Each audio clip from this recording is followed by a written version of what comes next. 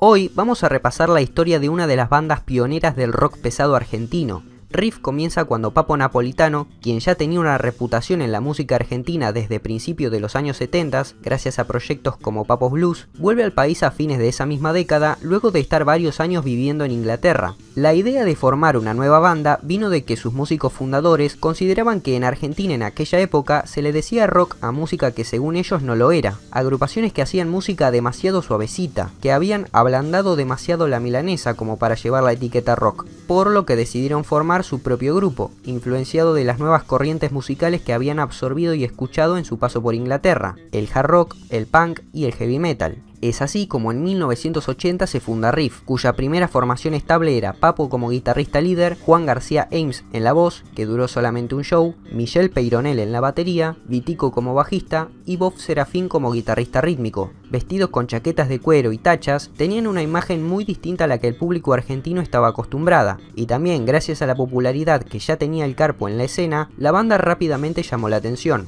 Su primer recital fue el 14 de noviembre de 1980 en el Teatro Sala 1, show que se recuerda con la frase "Adiós Papos Blues, bienvenido Riff", en donde empezarían tocando temas de la banda setentera y en la segunda parte se adelantarían canciones del nuevo proyecto, muchas más pesadas y enérgicas que lo anterior ya conocido por sus seguidores.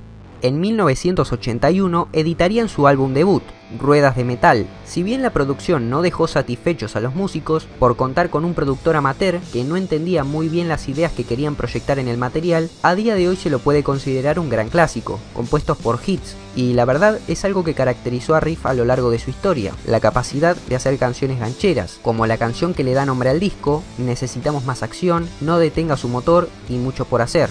Eso sí, de ninguna forma podemos decir que estamos hablando de heavy metal, es más un estilo rock and roll combinado con hard rock. Como promoción del disco, introdujeron una novedad absoluta para la industria musical argentina, aprovechando el vínculo que tenía la discográfica con la que firmaron, Tonodisc, con el canal de televisión ATC, lograron sacar unos cuantos videos, entre ellos Ruedas de Metal, No detenga su motor y Necesitamos más acción.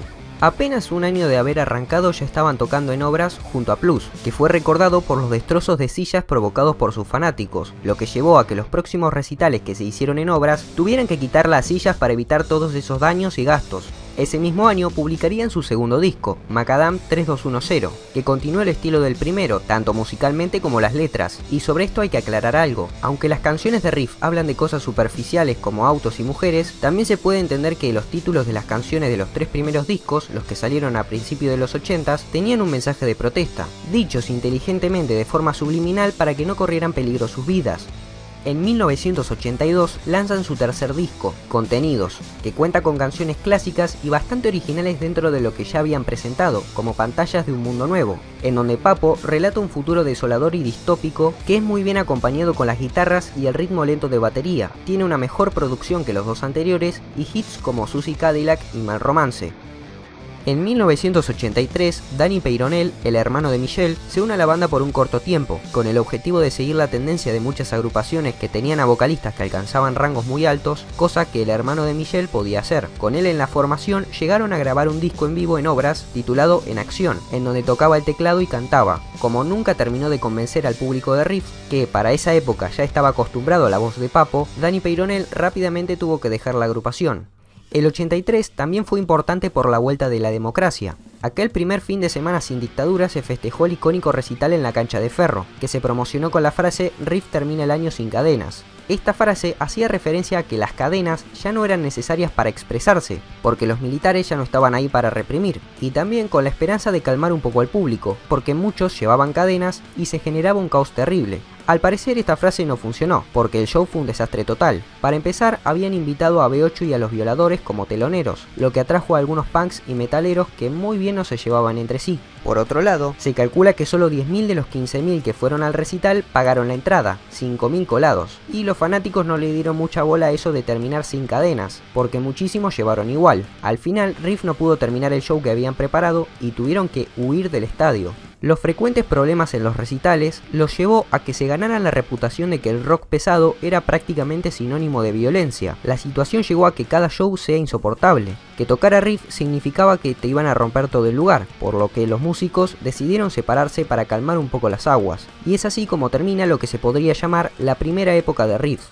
pero esta separación no duraría mucho tiempo. En el 84 la discográfica Tonodisc publicó Épico, su primer álbum compilatorio, y en el 85 volverían a los escenarios, esta vez con una formación que no contaría ni con Michel Peyronel ni con Bob Serafín. La batería esta vez estaría a cargo de Oscar Moro, célebre baterista de rock argentino quien ya había pasado por Los Gatos, Billy Bond, Color Humano, Lito Nevia y Serú Girán, mientras que la segunda guitarra le correspondería a Juan Antonio Ferreira, Huff, no solo un gran guitarrista, sino también vocalista y compositor, que aportaría su estilo al disco que salió con esta formación, el afamado Riff 7, que presenta un sonido un poco alejado del rock and roll pesado que venían haciendo desde el inicio, con temas de rock mucho más suaves y accesibles para otro público, como Elena X, y otros como Arañas y Ratas, que debe ser la canción más heavy metal de toda su discografía. En 1986 hacen una presentación en el Palladium, del que saldrían las grabaciones del álbum en vivo Riff and Roll, publicado en el 87, año en el que se volvería a separar la banda por segunda vez. Al parecer, la relación con los nuevos músicos no fue la más cómoda. Huff contó mucho después que se sintió muy limitado por Papo al ser guitarrista rítmico, cuando él quería participar mucho más. Al final todos tomarían caminos diferentes. Papo armaría otra banda en la que tocaría Bob Serafín, llamada Papo Hoy No Es Hoy. Vitico formó una banda llamada Vitiken, con la que incluso publicó un disco titulado Entertainment. Huff se dedicaría a su proyecto solista y Oscar Moro no volvería a una banda de rock pesado nunca más. A principios de los 90 volverían con los integrantes clásicos de la primera etapa, es decir, Papo, Bof, Vitico y Peyronel. En este tercer periodo, que duró entre 1990 y 1992, destacaría un show cerrando el Festival Halley en Obras en el 91 y además la publicación de dos discos compilatorios, Década en conmemoración al 10º aniversario de su fundación y en el 92 otro titulado Clásico. Aquel año también fue recordado por el lanzamiento de su quinto álbum de estudio, titulado Zona de Nadie, que vuelve al sonido de los primeros al igual que su formación, aunque sin esos mensajes subliminales críticos que hacían en la época de la dictadura por obvios motivos. Es un disco más divertido en este sentido. Finalmente, el reencuentro no prosperaría y se separaron nuevamente. La relación en esta época ya no era buena. Álvaro Villagra, quien se encargó de la producción de Zona de Nadie, contaba que Peyronel iba con un revólver porque se llevaba mal con Vitico y la cosa se podía pudrir en cualquier momento. La vida intermitente de Riff continuaría esa misma década. En 1995 publicarían otro disco en vivo, titulado Palladium 86, que fue grabado en aquel recital que comenté en 1986.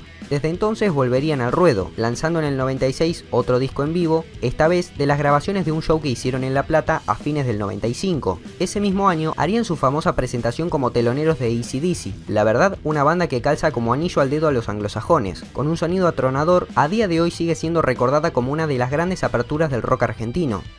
Al año siguiente publican de forma independiente, bajo su propio sello, su sexto y último álbum de estudio, Que Sea Rock. Grabado con la formación clásica, es un cierre con broche de oro a su discografía, un poco de heavy metal, hard rock y mucho rock and roll con la mejor producción de todas, y es que la discografía de esta banda es un ascenso constante de calidad de sonido. Se puede notar cómo tuvieron que batallar en un principio para que los entendieran, y con el pasar del tiempo lo fueron perfeccionando hasta llegar al de Que Sea Rock. Este disco está literalmente repleto de canciones conocidas. En el 98, Bob Serafín se aleja de la banda, siendo reemplazado por Fernando Duro, con quien girarían por el país presentando este último disco. Durante el siglo XXI, Riff pasaría a ser una banda de no mucha continuidad. Los músicos tenían distintos proyectos. Papo, por ejemplo, tocaba simultáneamente en Riff y en Papos Blues. Aún así dieron varios shows importantes, tocando en Obras, en el Cosquín Rock y presentándose varias veces en vivo en la televisión. En el 2004 ingresaría a la banda el hijo de Vitico, Nicolás Varese Artúa, como segundo guitarrista. Los años pasarían y así es como llegamos al 2005, donde ocurre el trágico accidente en la ruta en el que Papo pierde la vida luego de caer de su moto y ser atropellado. Es entonces cuando los demás músicos, al no tener más a su líder fundador, deciden que Riff llegaba a su fin, y la banda se disuelve definitivamente. Desde entonces, y por obvios motivos, la banda no volvió a tocar más, a excepción del 2018, en donde varios músicos que formaron parte de la historia de Riff, como Vitico y Huff, decidieron armar una especie de tributo a esta icónica agrupación, complementada con Luciano Napolitano, el hijo de Papo que toca en la banda Loborne, y Juanito Moro, creando una especie de Riff de segunda generación con hijos de los músicos originales. Independientemente de este tributo, Riff terminó con la muerte de Papo. un referente para la música rock y sobre todo un tipo que desde el primer momento que volvió a la Argentina se comprometió a apoyar y difundir las expresiones más extremas del rock. Ya son conocidas las historias que hablan de que fue el mismo Papo quien posibilitó que B8 toque en el Bar Rock o que le hicieran entrevistas en las revistas especializadas de la época cuando el cuarteto metalero recién arrancaba. Si bien no podemos decir que sea una banda de heavy metal por su sonido, no podemos evitar decir que, hasta que B8 lanzó Luchando por el Metal, Riff era la banda más pesada en el ámbito local, razón por la cual merece tener su propio video en el canal. Bueno gente, eso es todo por hoy. No olviden seguirme en Twitter que está en la descripción, espero que les haya gustado el video, si fue así no olviden de compartir y suscribirse, y nos vemos en unos días. ¡Chao!